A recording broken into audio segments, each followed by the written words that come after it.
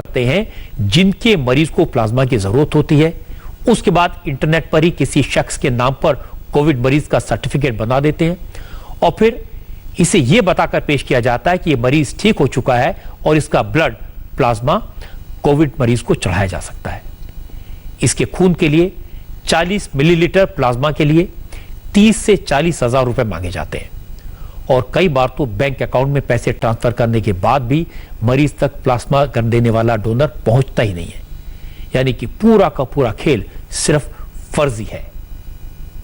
कुछ ठग ऐसे होते हैं जो हॉस्पिटल्स और लैब्स के चक्कर लगाते हैं और यह पता लगाते हैं कि किस हॉस्पिटल में कौन सा मरीज कोमॉर्बिड पेशेंट है, यानी ऐसा मरीज जिसे किडनी, लिवर, डायबिटीज, बीपी जैसी गंभीर बीमारी है और अब उसे कोरोना का इंफेक्शन हो गया है।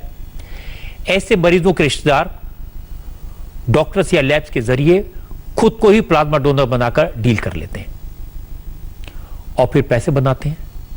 हैरानी की बात है कि यहां भी डोनर फर्जी होता है, यानी वो शख्स होता है जिसे कोरोना का इंफेक्शन हुआ ही नहीं।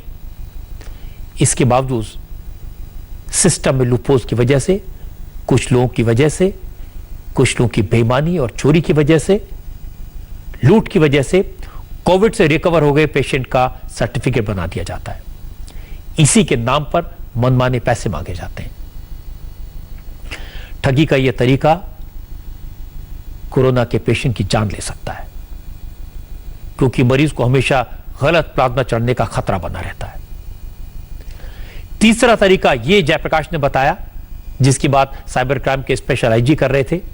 डार्क नेट या डार्क वेब के जरिए विदेश में बैठकर भारत के किसी शहर के किसी हॉस्पिटल के मरीज की जानकारी निकाली जाती है और फिर मरीज के रिश्तेदार को इंटरनेट के जरिए प्लाज्मा डोनेशन की जानकारी करने वाले मैसेज फॉरवर्ड किए जाते हैं।